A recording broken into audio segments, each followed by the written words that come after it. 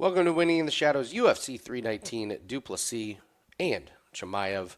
We're going to start our break. We normally start with the lower card and work our way up. We're starting with the big boy on this episode. So thanks for joining us, everyone. Let's get right into it. We're going to break down all these fights, tell you about a special that we have up for our play. So, Jim, let's just start with the big one, Plessis. Chimaev, I feel like the breakdown, I feel like everyone has the exact same breakdown. Like, can you come up with a different way this fight goes? I mean, it's Chimaev early, and then if he fades, it's Plessis live. I mean, that's what everybody says. Well, the fact that everybody has the same breakdown terrifies me about this fight. Yeah, MMA Chimaev, is never this cut and dry. I know. In a main event. It's just the fact that everything is lining up with everybody's breakdown. Like you said, it's Chimaev early and Plessis late. It's the fight doesn't go the distance. There's no way this fight goes the distance, right? It terrifies me. From what we've seen from Chimaev in the past, I don't know what to go off of. The thing that is keeping me off of him and wanting to lean Dricus is the fact that Chimaev's had a real hard time getting to the cage without any drama his whole career. And that could be injuries, that could be visa issues, that could be illnesses that has put him in the hospital. It's been a long, long road for this guy to get here. When you really look back on it, look how long he's been in the UFC and been regarded as the next champ, and he's finally getting a title shot. Yeah. It's been a while. Mm-hmm. So I think that kind of tells you the writing on the wall with him that this is probably an all-in moment, and he's going to give his best. He has also stated that he wants to win the championship and retire. He does not want to do this forever, and I don't think that he can physically do this forever. I'm not going to bet against the champion. Dricus has just done so much, and you guys know I've been a notorious Plessis hater on his rise up, and it has cost me a lot of money. And I'm just done doubting this man that he's able to do things that I don't think he can do. So I'm going to side with the champion in this fight. I don't like it. I don't want to bet it. I want to just see what the result is because this just terrifies me, this main event. I am picking Dricus just from the sheer fact that I think you have to hit him with a Mack truck to stop him cardio-wise. And if Chimaev does not get him out, I think he is in trouble. Sneaky look is Dricus by decision. Sneaky look. That is sneaky. That is sneaky. I mean, if Chimaev doesn't gas as much as we think, we could be looking at Dricus by decision, winning 3-4-5. Yeah. I'll side with Chimaev. I mean, you look at Plessis. Here's one thing about his opponents, like Sean Strickland, Adesanya, Strickland again, like Whitaker, like Brunson when Brunson was like done, Darren Till. Brad Tavares, where's the good takedown guys? Where's the wrestlers? Where's the grapplers in there? We've seen Dricus, have success on the ground, but yeah, early on he's not going to have success against Chimaev on the ground. I'm just going to predict a huge Chimaev explosion where he goes all or nothing in the first two rounds. But yeah, I mean, this is one of those. Has there been a main event where it's like the live lines are open? I mean, the books are going to be way ahead of this one. Like, if Chimaev doesn't get him out in the first round, you're just going to see all of a sudden this number plummeting. So, I mean, here's the thing. Like, Chimaev's like -2. You're going to have to play him inside the distance. If he's -200, I'm sure inside the distance is like -199. Like, they're just not going to have any respect for him to go the distance. But somebody did say, like, Chimaev by decision would just be, like, the most hilarious result ever. Like, I'm just going to go with Chimaev goes crazy like he did against Whitaker. And, I mean, Plessis will be ready, but being ready and being able to stop the onslaught is one thing. So I'm not betting it pre-fight, but for purposes of the video, I'll side with Chimaev. But I just think there's better money-making opportunities elsewhere on this card. But should be amazing, man. Rowan Murphy and Aaron Pico. Pico making his UFC debut. You have all the pressure in the world because everyone comes to you for PFL, Bellator. So I'll let you go first here. We got Aaron Pico and Rowan Murphy. Pico is the favorite, which kind of surprises me. I do think that favorite number on Pico is placed wrong. Is there anything left for me to talk about with Aaron Pico after Yeah. 2-fight cancellation? I said it last week on our live stream that Sunday night was going to be the final time that I was going to look at this fight. And here's what I came up with. I think Lerone Murphy's camp is going to be wise to Pico's game. Pico's left hook is what everything is built off of in his striking. He has a absolutely wicked left hook to the head and to the body. He has great wrestling, but Lerone Murphy does not sit in one spot. He just doesn't. And watching the training and watching the pad work, there's a conscious effort to protect the liver. After each combination, he is bringing his elbow down. He is bringing his elbow high. He is protecting the liver because he knows that that is the most dangerous aspect of Aaron Pico's game. On top of it, I've seen him switch stances in training. So if he comes out southpaw, that liver shot's gone for that left hook. So I think that we're about to see a UFC veteran camp game plan for a Bellator fighter who's... I love Aaron Pico. I think he's fantastic. But he has not fought the level that Lerone Murphy has. And Lerone Murphy has gotten better and better and better and better. I'm going to go with Lerone Murphy in this spot. That's where I landed on it. I believe they're going to make the proper adjustments to win a closely contested decision in this spot. Pico's game. He is very, very game. He's got a chin on him. But I'm going to go with the UFC tried and true veteran in Lerone Murphy. I agree. I've been really, really impressed with Murphy's evolution. I wasn't that big of a fan of his, way back when, but I just think he's stepped up to the plate. Great fight against Barboza, great fight against Ige, great fight against Emmett. I know people were mad at him saying, he's boring and he's running away. And like you said, you're fighting an older guy with a nuke for a right hand. Let's use your speed. So, this is a betting game here. So if I got money on a guy, I want him to stay out of harm's way. So get your points and then get out of there. Yeah, to me, those Bellator guys have looked really overwhelmed and just out of place. They just haven't looked like they've belonged, and I just don't know what to take of knocking out Henry Corrales and Pedro Carvalho. Like, that's the thing. Like, what are we supposed to take away from this? Like, James Gonzalez, like, I don't know. Loses to Jeremy Kennedy with the shoulder injury, but I don't know. There's something about Pico that just leaves a lot to be desired, and I really do feel like the UFC matchmakers were like, no, we're going to bring these guys in so they can lose. Like, we want to show that our guys are better. So, like, I've been stunned at the level of competition they're giving these guys. It is wild, isn't it? It's unbelievable. So, I got Murphy, decision. I just stunned at the plus money. I'm not really sure what the markets are seeing in Pico. I would guess Murphy takes money before this fight starts. I just don't know what the wrestling. I guess he's got a couple finishes. I don't know. I just think Murphy's going to be really, really good on the distance. I think is Pico's wrestling amazing at this point in his career? Maybe. But I just think I'm with you. Lerone Murphy's camp looks like they've got him really dialed in. And, the other point that I think can't be mistaken is, that building is going to be rocking. Absolutely rocking. And I just wonder if Pico, who's just fighting in Bellator, is just going to be like it. I'm not saying it's going to be too much for, but there's going to be a lot of energy. And what if he gets in his own head? It's like, I'm going to strike. I'm not going to wrestle at all. So I just think there's too much going on in Lerone Murphy's favor. So, that's a dog for me. Moving on to Jeff Neal and our boy, Carlos Prates. Carlos Prates is one of those guys that we have just correctly predicted. We had him big on Contender Series.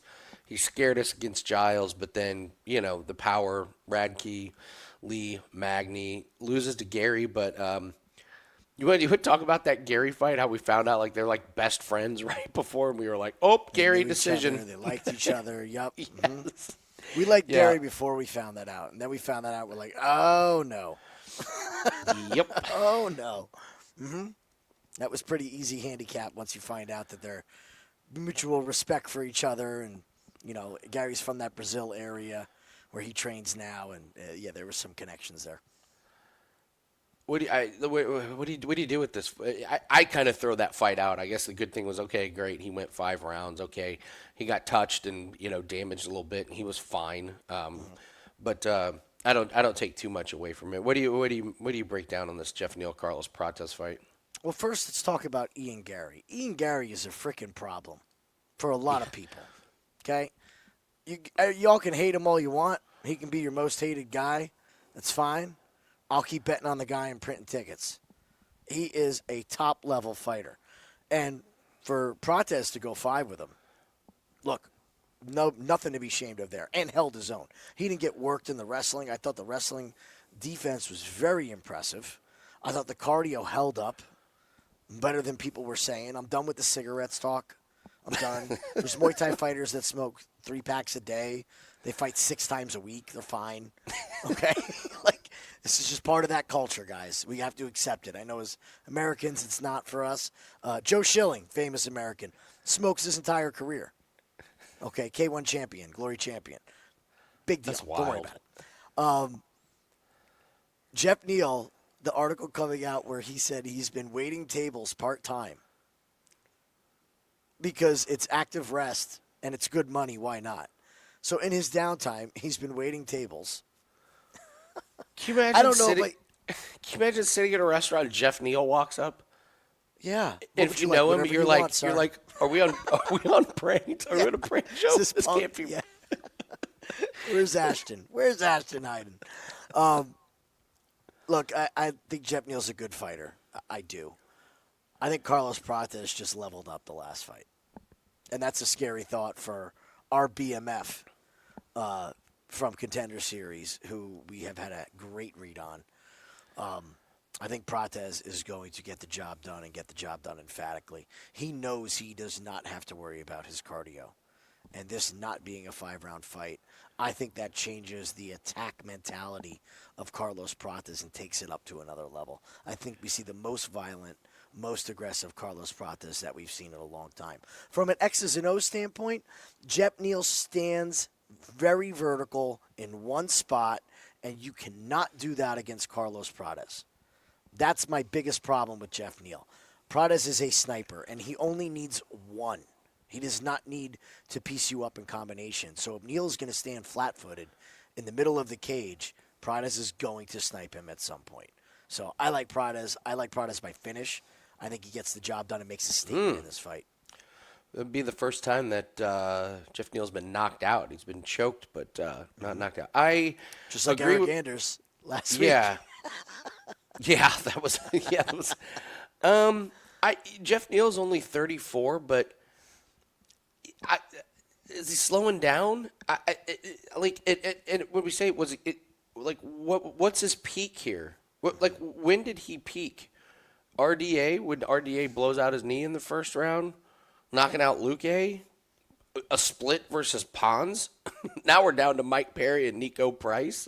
The Bilal Muhammad in 2019, I guess that's aged pretty well, but loses the split to Gary in a terrible fight. I guess he held his own for some against Shavkat, but losing to Magny, losing to Stephen Thompson. I just look like Gary, Shavkat, Magny, Thompson, rangy strikers with long reaches. You're right. He stands there, and he kind of comes with flurries of punches, but if it's not going his way, those flurries don't come very often, and they're few and far between, and then he's just left taking punches. So I don't know if Jeff Neal gets knocked out, but I just don't think that I don't think he's going to have what it takes. And again, we got a fighting nerds situation here, and I'm just not fading the fighting nerds. I'm just not. So yeah, it's going to be Prates here, and I'm if you're playing Prates, you're hoping Jeff Neal comes out and looks like he did against Ian Gary and Shavkat, because then it's Prates all day. So moving on to Jared Cannonier and Michael Page. You've had a really good read on Michael Page since he's been in UFC. The Michael Page from Bellator, where he was just nuking guys, is kind of gone. It's a little bit of a different fighter. He's 38, but beats Holland, beats Shara, And you got a really interesting stance that Page is going to have. It's a very different stance than Cannonier has. So, interested in your take on Cannonier and Page. Distance. Fight goes the Where? distance. Well, that's the bet is the over 2.5. But where is this fight going to take place? The UFC is never going to give Michael Page a fight in the small cage. They're always going to put him in the big cage and on a pay-per-view, and rightfully so. He's a big name. But that's what plays out perfect for his strengths, is to have that cage to be able to move around. Jared Cannonier knows what has to be done here. He knows he's going to have to get on the inside. The question always is, can you do it? Can you get on the inside on MVP? The thing with Cannonier is we haven't seen that marauder in a while. He lucks out against Gregory Rodriguez, where Rodriguez blows his load in the first round. He's done. That's it. The cardio just falls off a cliff. Way too hard, way too fast. I think if they fight that fight back and Rodriguez learns that lesson, that fight looks very different. Other than that, we're looking at a loss to Kyle Barallo, a loss to Imavov, a win over Vittori, which ages horribly. Yeah. And then we got to go all the way back to 2022 against Sean Strickland. Short notice. Kind of a crazy short notice, like really close fight. Yep. I don't know what to make of Cannonier at this point. I want to fade Page because he is going to lose soon. Whether it's this fight or the one after this. One after this, if he gets by Cannonier and he's got to fight a top guy, we're fading Michael Page. I just don't know if I can do it with Jared Cannonier. I haven't seen the person that can cut the distance and make MVP uncomfortable. Now, when you're watching this fight, if you think this is 1-1 going into the third, bet Cannonier. Because in the third, MVP's movement will be down a lot. Cannonier's a veteran. He's going to know he's just got to push forward, get to the inside, and make this an ugly, grindy fight. If you're seeing it all that he can control during the fight, you're live betting Cannonier. I had this circled as a live bet in this spot. I don't want to do anything ahead of time. I lean Cannonier, but I don't know if I can get there pre-fight. Okay. Yeah, my problem with Cannonier is, if you didn't watch the fight, you'd be like, oh, yeah, lost to Barallo. Barallo probably took him down and dominated on the ground. No, Kyle Barallo won a full-blown striking match. Barallo went in there and said, I'm going to strike for 5 rounds, and he won. Imavov, again, loses that one. And he was getting his ass kicked against Rodriguez early and just was able to barely weather the storm, and then Rodriguez was done. So not impressed with the Vittori one. So, yeah, he seems to struggle with these guys that can punch. I just go back to that Kyle Barallo fight. Like, if you're losing striking matches to Barallo, I mean, Page, this is right up your alley. But, yeah, the parlay piece is this over 2.5. Like, who finishes who in this one? I don't see a finish happening at all. So that's pretty much my one angle on that one that I feel the most confident on. Of course, we have to start off the main card with Tim Elliott and Kai Asakura. It's not the fight we wanted; it's the fight we needed. I didn't know if we were ever going to hear Tim Elliott's name ever again, and yet here we are. So, what do we make of this one, Jim? I am fading Tim Elliott. To me, this is a gift from the MMA gambling gods that we are getting a Tim Elliott fight. A gift. An absolute gift. I don't care that he beat Sumadarji. Okay? I don't care that he beat Victor Altamirano. I don't care that he beat Tagir Lebekov. Okay? The loss to Nicolau ages horribly. The loss to Chimaev, we know what Chimaev does, okay? But he's not in the UFC. Say what you want about the contract, but he just ain't here, okay?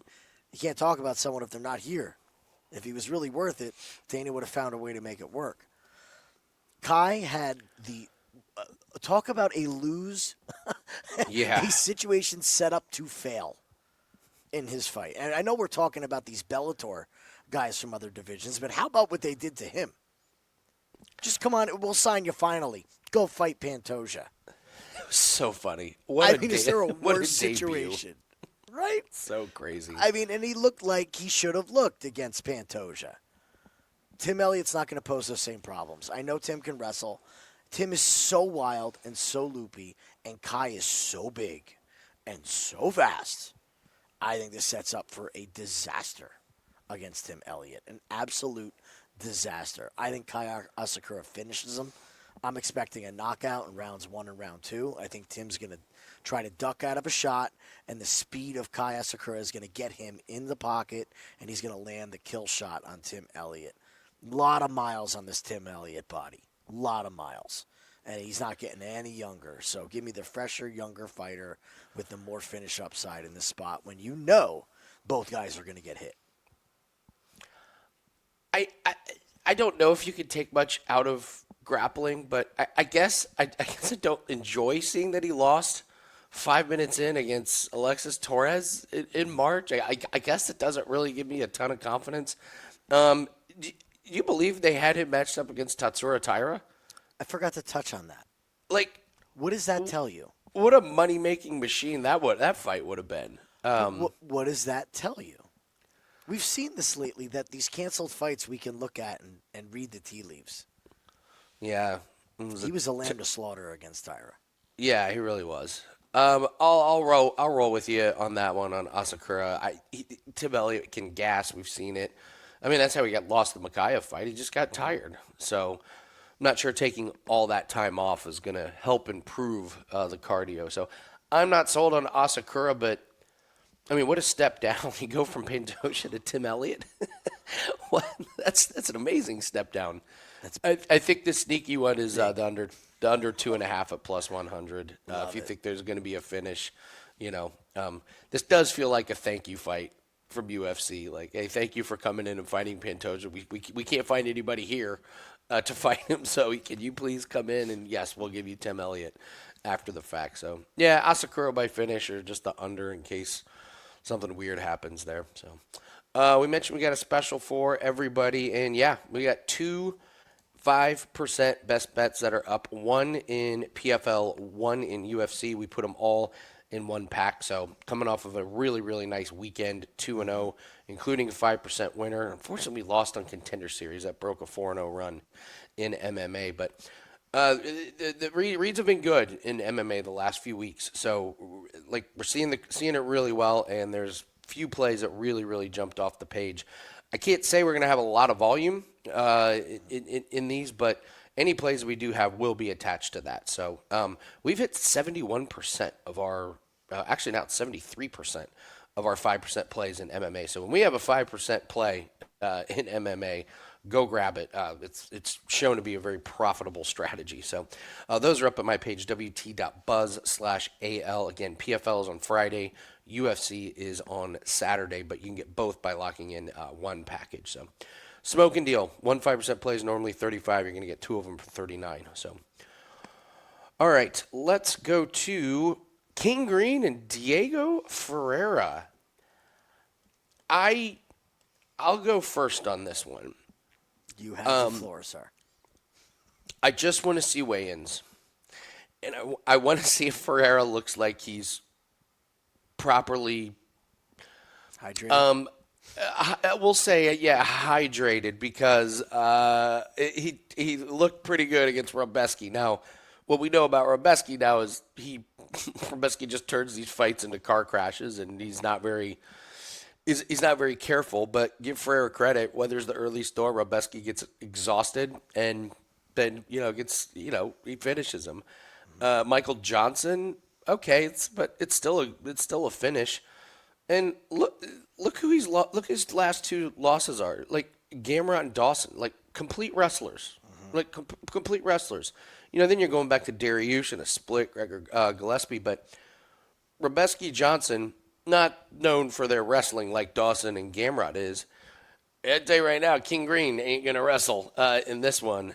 I think you look at this. I think you look at King Green and you go, is he done?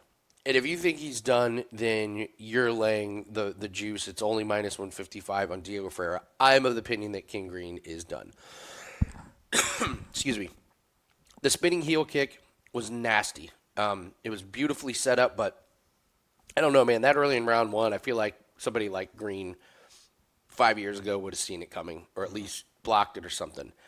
Patty Pimblett, easy finish for Patty in the first round. Wins, puts a beating on against Jim Miller. It turns out Jim Miller broke his hand. Or is that correct? Miller broke his hand. Jim. First. Well, I don't want to take anything away from Green. He beat the put a brakes whooping. off of Jim, but Jim did break his hand in the first round, and it's Jim Miller. Yeah, it's another 40-year-old. It was just a again, matchup for Jim. Yeah. Aging fighter, and even though he beat up Miller bad, it didn't finish him. Mm-hmm. And I go back to that Jalen Turner, the unnecessary damage that Green took in, after, he got knocked out and then Jalen Turner blasts him how many times? So I'm looking at a guy who beat a 40-year-old, but, took a big shots that I don't know how much does that take away off your career. Patty finishes him, Robbie finishes him, and I get Ferreira, who's shown to be very durable and showed he's got finishing power. I just think Green's chin is gone. I think his speed is a little bit gone. That cocky style with his hands down worked a few years ago, but as soon as you lose half a step, now you're just a sitting duck with your chin sitting there. I got Ferreira, and I wouldn't be surprised if Ferreira gets the KO win in this one. What's your take? You hit the nail on the head. You're waiting for weigh-ins. Yeah, I want to see what Ferreira looks like. We're seeing a trend with Green here. We had a guy who you could always bank on his fights going to decision in his prime. And now we're starting to see finish on both sides. Win, lose, they're finishing. Okay, he's got one decision in his last 7. Yeah, you're right. Look at this. Yeah, look at this. He's a decision machine. The amount of money made on Bobby Green fights to go the distance over the years. It's true. Yeah. No wonder he's rich. He's probably been betting on the fight to go to the distance. That's why he's got all the bling. Now we're seeing that trend change. And the lazy thing to do is to say, well, Green's really looking for finishes and bonuses later in his career. No, he's not. He always is. But that's not why they're ending. They're ending because his reaction time is slower, his durability is slower.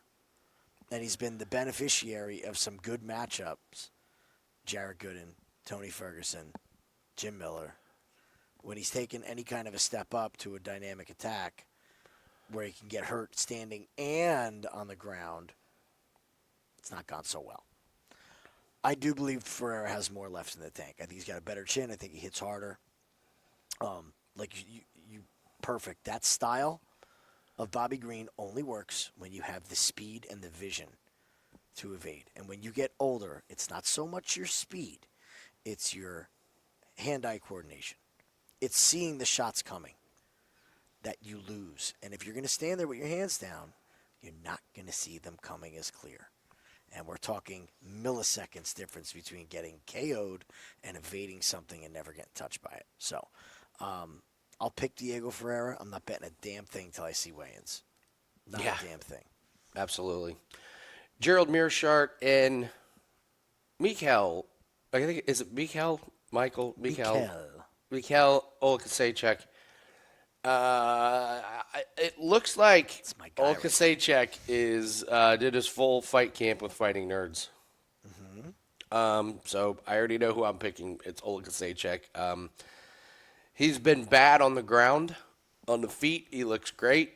And as soon as we heard he was training some with Fighting Nerds, we were like, "Yep, Oleksiejczuk by knockout against Dumas."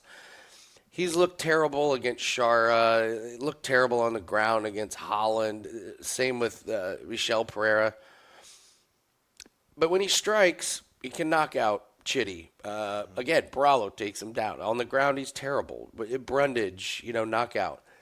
Obviously, Meerschaert wants to get this to the ground, but at 37 years old, losing to Brad Tavares and, getting this Ritter fight was awful. Meerschaert was winning that fight, then all of a sudden he gets finished there at the end, but he was basically done against Shabazian. Most refs would have stopped it. Shabazian always gasses, but I didn't blame him. How many times can he hit Meerschaert on the ground? You know what I mean? Yeah. And then submits Brian Barberena, which everybody does, but I don't know, man. What's Meerschaert's wrestling like? I think you're in the gym with Prates and Kyle Barallo. I just got to believe Oleksiejczuk's his takedown defense just has to be minimal to start the fight, and I think he can get the KO on Meerschaert. Oleksiejczuk, he's minus 238. I don't know if I can lay that, but I do think just seeing Mikhail at Fighting Nerds tells me everything I need to know. I think he'll be ready. What do you think? Go to Meerschaert, please. Yeah, sure. Classify Oleksiejczuk's ground game. Do you believe it's on par with Edmund Shabazian and Brian Barberena? I mean, Brian Barberena was all-time bad. Now, Oleksiejczuk has been all-time bad. When I say that I think it's going to be better, I'm really basing that on just the gym that he's training at. So that's terrifying. Mm-hmm. And that's why I'm not laying the minus 238. Perfect answer. He is on par with Shabazian and Barberena. I don't see how he can make some big giant improvement in his ground game. I understand the Fighting Nerds thing. I get it, okay? On the flip side, Gerald Meerschaert is slowing down at an accelerated rate, okay? He has these moments against Shabazian, again, against Barberena, but he is slow. I don't know how else to say it. His strikes are slow. His movement is slow. His takedowns are so slow now. And his cardio has failed him in the third. So the cardio is getting worse. It's taking more effort to get everything done. I can't bet either of these guys. What I can do is take this fight under 2.5 as my favorite parlay piece on the card. This is a prime case of whoever gets the game going, the other guy is a fish out of water. If it's on the feet, Oleksiejczuk's going to put him into orbit. If it's on the ground, you're going to be wondering how the heck Meerschaert got another sub, another rear naked choke, in round 2, and Meerschaert's nose is going to be crooked, but he's going to sit there with the victory because he got a sub. There's no way these guys go the distance. No way. I love this under. It's my favorite under on the card. I like this under better than the main event under. So that's what I'll be doing is parlaying it.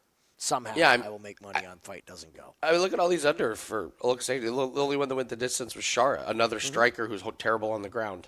Yeah. So it's a good call on the under on that one. I think that's probably the best way to play it. Jessica Andrade versus Lupi Godinez. Interested in your thoughts. How do you break this one down? So when are we all going to stop worrying about Lupi? About Lupi? Everybody is so... I love when Lupi fights because everyone has a story about how Lupi screwed them out of money by not wrestling. And we got to get it out of our heads. She is what she is, okay? She is what she is. Stop hoping for her to wrestle, hoping for her to do this. And when you really think about it, all these other fighters that we're doing breakdowns and predictions on, i.e. Dana White's Contender Series on Tuesday, we have no idea what's going on in their heads and what their game plan is. And most of the time, it's not what we think is the right thing to do. That's why we're sitting on the couch and they're in the cage fighting, whether right or wrong, okay? I just think that people are doubting Lupi a little bit too much. I know it's a big step up with Andrade. But I can't bet Jessica Andrade on 2025 with somebody who I know is going to have a better ground game and is going to sit in the pocket and box with straight shots. Andrade still throws looping hooks. And Lupi, no pun intended, when she starts throwing her shots, it's going to be straight down the middle. She's got a really nice 1-2 straight down the middle. And Andrade does not have a nice straight jab. She doesn't have a straight right hand that she loves. She loves big hooks and big leg kicks. And at some point, the straight techniques are going to start cutting into those hooks when they both start getting tired in round 2 and round 3. I know it's terrifying to bet on Godinez. I am going to pick Godinez again. Just can't bet on Andrade at this point. I think the stature is another issue. They're both really the same size. So we're not going to have some big advantage, disadvantage in strength or power on either side. And in women's MMA, sometimes that's all you need to win a fight is strength and power. So if we're talking even Steven, I'll take the younger girl. I'll take the crisper striking. And I'll take the opportunity to wrestle if it presents itself. Yeah, I struggle with I struggle with both of them. But Lupi, just every time I watch her, I'm like, God, just leave a lot to be desired. Losing to Jandiroba, losing to Dern. Okay, you beat Pilastri. Congratulations. Couldn't finish her. Barely beat Ricci. Submits at least Reed. At least she did that. But now we're looking at barely beating Cynthia Calvillo. And, I don't know. I can't get there on either one of them. Like, I really would have bet on Andrade because I'm going, okay, you lost to Natalia Silva and you got choked out by Jasmine. Like, two horrific matchups for her. But, she did beat Mackenzie Dern. She did beat Marina Rodriguez barely. It's just going to be a pass. I can't even say take over or under because Andrade, Andrade can get submitted, or this just could be a really boring fight that takes place on the feet with both of them throwing shots that don't really hit that much. And, who's got finishing power? Lupi's not flash knocking anybody out. I don't think Andrade is these days either. So I worry about the submission on the ground if Andrade, throws in the proverbial towel. So it would be no action in this one easily for me. So Alexander Hernandez and Chase Hooper. What did you refer to Hernandez as? Mental midget. No disrespect. The mental game, I say that. I say no disrespect. No disrespect. There's certain guys that are built for cage fighting. I'm not one of them. Okay. I have no desire. This man at least goes in there. So props to you for that. But he has a problem in his fights when things don't go his way. That's what I meant by it. When things don't go Alexander Hernandez's way and the anxiety builds in a fight, his cardio falls off a cliff. And that is a terrifying thing to try to manage. There's a reason why I don't do this, because there's no way I could do it. When I'm starting to be exhausted and it's full contact and elbows down and submissions and arm snapping and ankle snapping, I don't blame him, okay? This is also a guy who was rushed to the spotlight way too early. The worst thing that happened to him in his career was that early knockout. That early knockout in his debut, taking out Donald Cerrone. I mean, that wasn't even his. He actually beats OAM. Yeah, it was the OAM, and then win. he gets knocked out. Thrusted to Cerrone, gets blasted. Yeah. Okay. No, he knocked out Dariush. We're thinking of Beneil Dariush. He knocks out Dariush early. Then they give him OAM. Like, rush him in, right? Rush him in. And he's been a bit of a Ronin. He's been jumping around from gyms. Last I heard, he was part of the guys that left Factory X, I believe, that are all training together now. Not really a head coach there. I don't know what adjustments they've made since then. And I think it's two ships passing in the night. Chase Hooper is on the rise. On the rise. Coming into his own. This kid's ground and pound. Here's what I don't want people to do. Don't make the Mackenzie Dern mistake with Chase Hooper and bet him by submission all the time. Because, again, like we're like, we got to bet Mackenzie Dern by submission, right? Well, how many submissions has she got?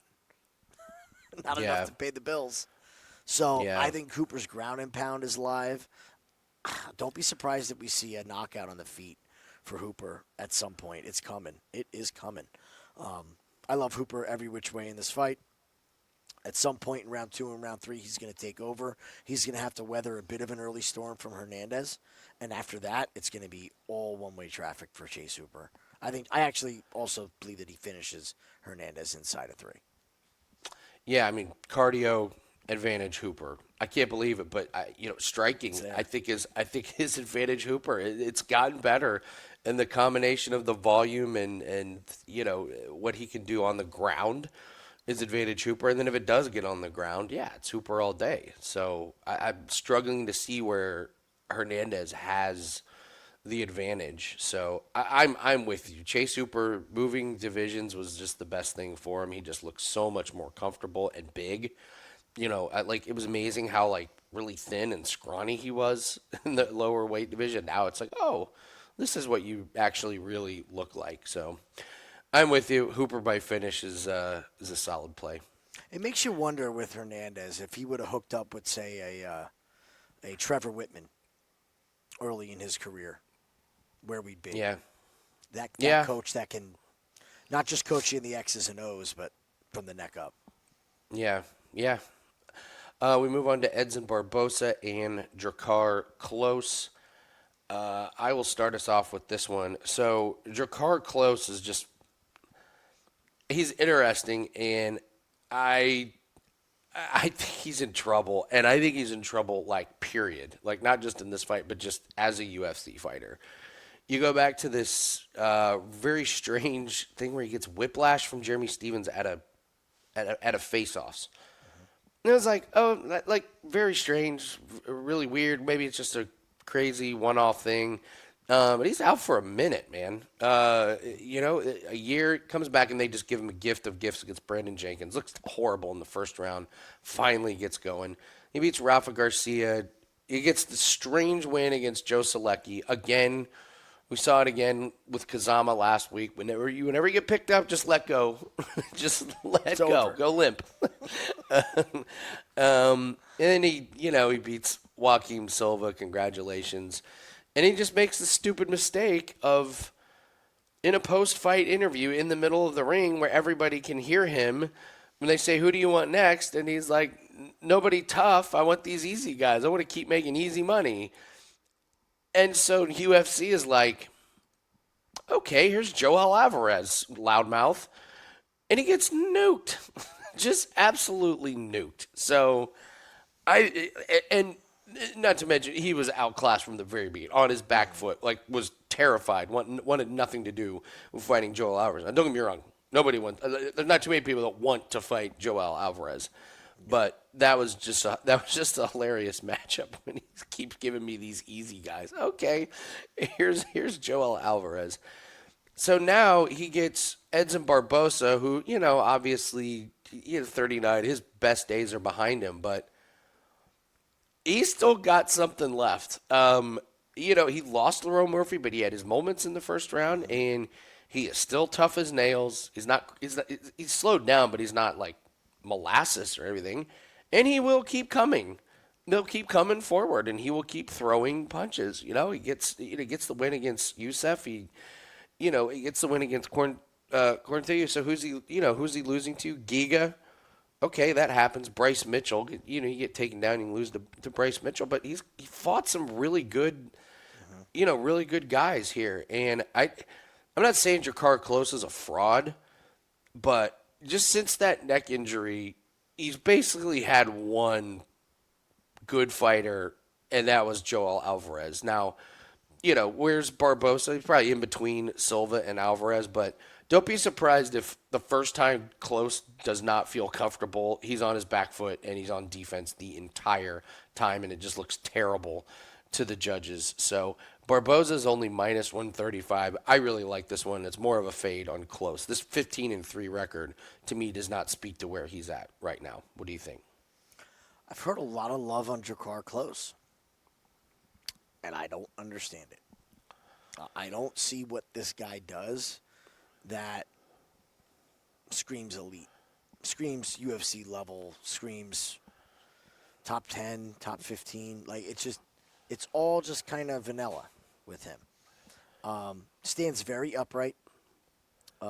Does not do a good job at checking leg kicks, first of all, if we're talking about an X's and O's standpoint.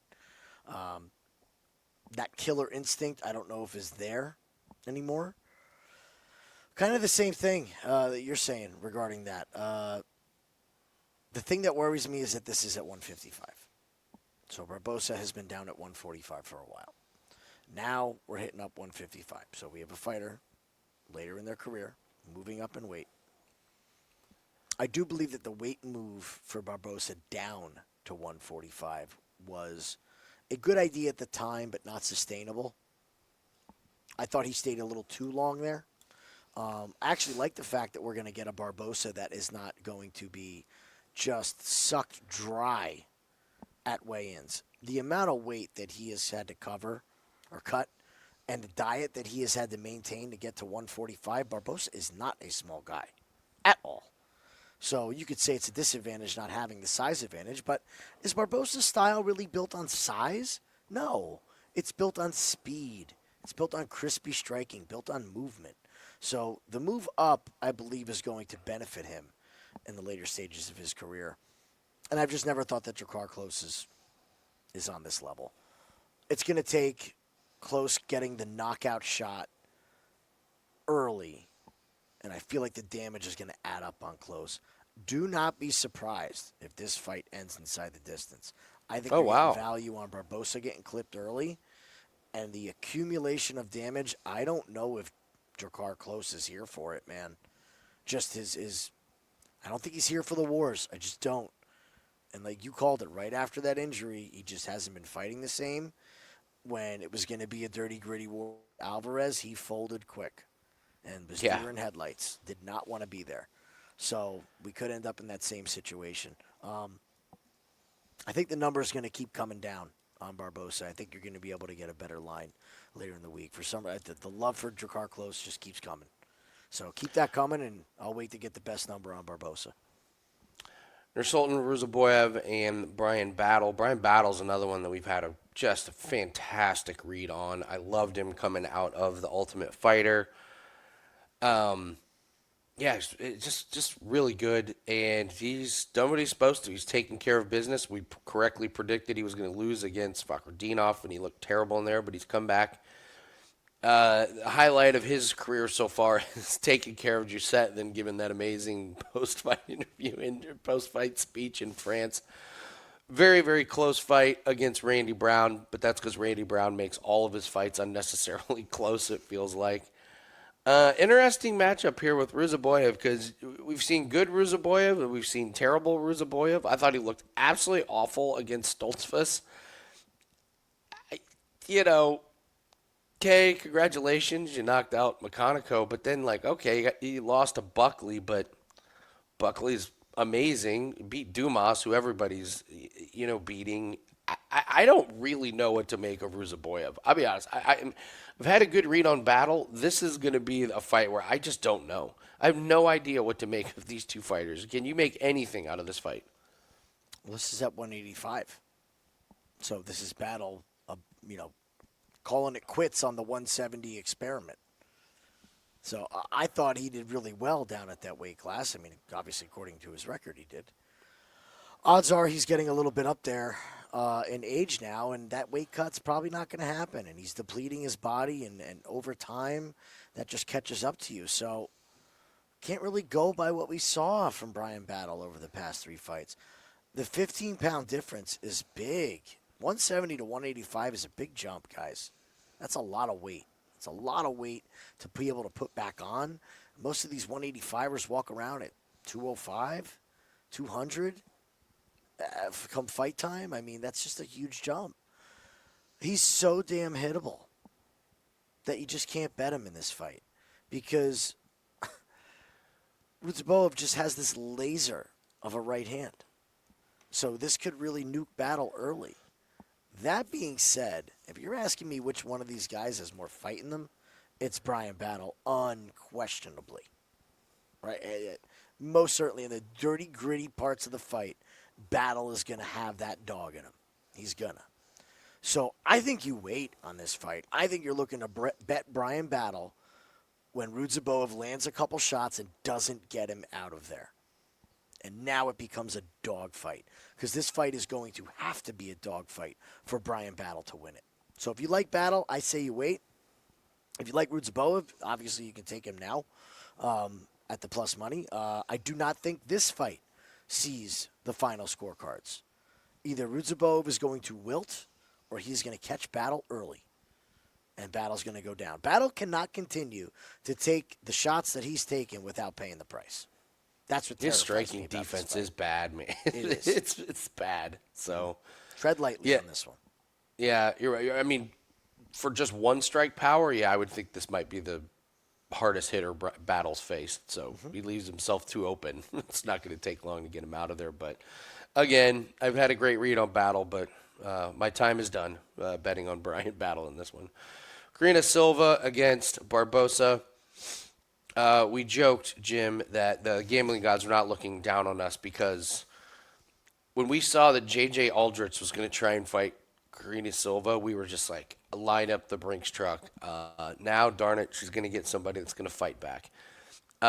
So what That your might have been the take last on- video we ever did was for that fight. right? Retired. It's absolutely. So, all right, what's your take on Karina Silva and Dion Barbosa? I'm still disgusted. I don't even want to talk about this fight. I'm so It really is. I'm just going to watch this fight the whole time, and I'm going to watch Barbosa, and I'm like, it should have been J.J. Eldred's in there. I don't care. I don't care about this. Karine Silva, okay, like whatever. Didn't they fight once before as well? I believe this is a rematch. Yeah, Years it ago, was. right? I mean, this Barbosa is back in won. 2019. Yeah, So, yeah. So I don't know what we can take away from that. You know, they were 2-0 at the time. I mean, Yeah. Karine Silva's just so dangerous, and I don't believe Barbosa is. This is a 2-week notice on this. So okay, I'll pick the female that has been preparing for a fight, coming off a loss, who's a good fighter. We love these good fighters coming off a loss against the short notice Barbosa. It's really that simple to me. Give me Barbosa. Or give me, Silva. Yeah, lean that way. It's minus 205, so it's a little pricey, but there's not much I can do with it. I agree that Silva just seems to have a little bit more of the finishing. I know that, she finished Belbita, but whatever. And, Miranda Maverick, here's the thing. Miranda Maverick took Barbosa down, and Barbosa didn't get up. But so it wasn't like she had to chain wrestle and make it really difficult. Once Miranda Maverick got that on the ground, it was like, okay, that's easy. And if, I don't put Silva's wrestling on Maverick's level, but it's pretty good. So, she takes Barbosa down. She could probably just stay there for the entire round. So I think she gets 2 wins. But, yeah, I'm with you. Really, really, really, really big bummer about that. So we'll be live, or I will be live for UFC 319 Takedown Live on the Winning in the Shadows YouTube channel. So live bets last week were incredible. We were snagging plus 180s and plus 165s. There was incredible live bets. So you want to join us? Should be a blast. It's on the Winning in the Shadows YouTube channel, and Jim and I will be breaking down PFL as well.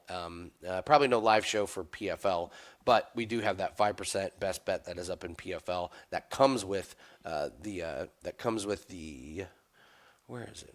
There it is. Comes with the UFC best bet. So again, 2 5% plays, one in PFL, one in UFC 319, hitting 73% of our MMA 5% plays this year. So really, really solid work on the big plays. They've been spot on. So. All right, let's do woulda, coulda, shoulda, and parlay buster. Let's start with. You want to talk about these last two?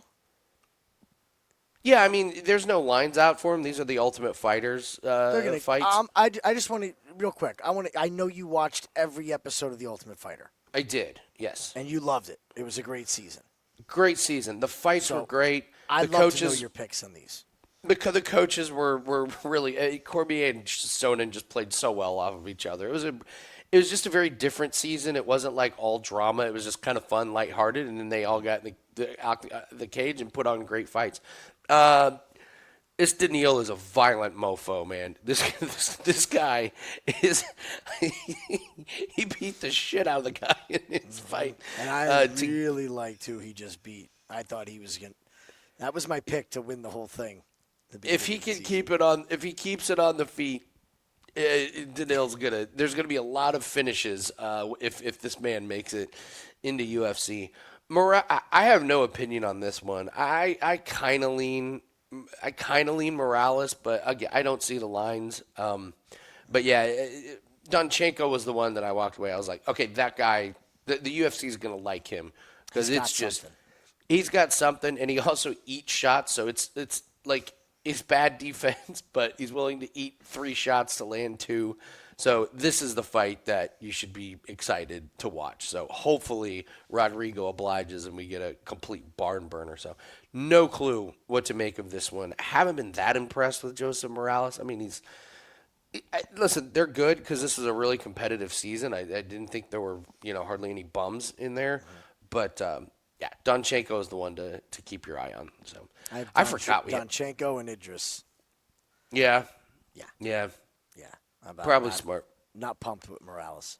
No, me either. So I don't even know if they're going to give us lines on these. The last finale they gave us. Yeah, they came out kind of late, so I'll certainly let everyone know if I got to play on this one. So, all right, woulda, coulda, shoulda, and parlay buster. So woulda, coulda, shoulda. It's the bet at the end of the night. We're like, man, why didn't we lay the farm on that one? So I'll let you go first. Do you have a good woulda, coulda, shoulda yet? I will go. You know what? I'm going to go with Chase Hooper. Okay. Just the guy on the up and another guy on the down. When Chase Hooper finishes Hernandez in the second round, when he gasses out, it's just like, why didn't we just lay the farm on the guy who's just all of a sudden a world beater against a guy who has no gym and no strength in a skill set? It's just mediocre everywhere. I think Chase Hooper by finish is going to be a very lucrative play this week. No gym. Rolling. The no gym They all theory. left. They all left. They're just training together. Let's see. You know that under 2.5 and Duplessis and Chimaev is out. It's only minus 120 under 2.5. God, that seems like a good one. I'll go with the co-main and just getting plus money on Lerone Murphy against another Bellator fighter making his debut. It's been amazing how bad that they've looked. I'm not saying Pico's going to do that, but there's a chance where after the first round we're going, oh my God, Lerone Murphy's minus 200. And at the end of the second round, Murphy's minus 500. And it's like Pico looks lost and overwhelmed. And we're going, can you believe we got undefeated Lerone Murphy at plus 160 against Pico, who's just coming off of beating Henry Corrales and Carvalho. So I'll go with Lerone Murphy at plus money as my woulda, coulda, shoulda. So. All right, Parlay Buster. Who is everyone going to put in their parlays that is going to be a bust? This is a tough one. I got one. You got one? Okay. Brian Battle. Ooh, okay. Brian All Battle. right. Terrified of this fight for him. Betting him on the money line. Okay. I think the under's the way to go. The move up to 185, I think, is going to be very overlooked by a lot of people. They're just going to say, oh, Brian Battle's fighting. Oh, he's on a win streak. Oh, he's got that dog in him. I think it's going to be a real scary first 2 minutes of this fight. Real scary. Okay. I'm gonna go for a sneaky one here. I'm gonna go the over in the Lupi Andrade fight. Everyone's just gonna throw Lupi over to go the distance or Lupi by decision. Mm-hmm. And what if we just get the Andrade that's just checked out and is there for, just there for a payday and gets? What if Lupi does get a takedown and gets to her back and Andrade is like, I'm out of here? Or what if we get a last hurrah from Andrade and, maybe she's got a little bit left in the tank, but we've seen women's fights finished here. This could really screw up a lot of parlays. Like, I think people are just – because it's not even that bad. I mean – No, but it's the Rebos and Baby Shark situation from the other week. Just parlay the over. How many Shattered people did that rack? Later, yeah. Yes. One shot, that's all it takes. Absolutely. So, all right, we're going to break down PFL here. I'll chop it and we'll do a separate video, but Jim and I are going to start recording now. So thanks very much for joining us. Don't forget to take advantage of 2 5% best bets, guys. Hitting 73% of those things this year. So go grab it. You get 2 for basically the price of 1, and you get any other plays that we have for PFL and UFC included. So thanks very much, and don't forget to check out the PFL video. Good luck, guys.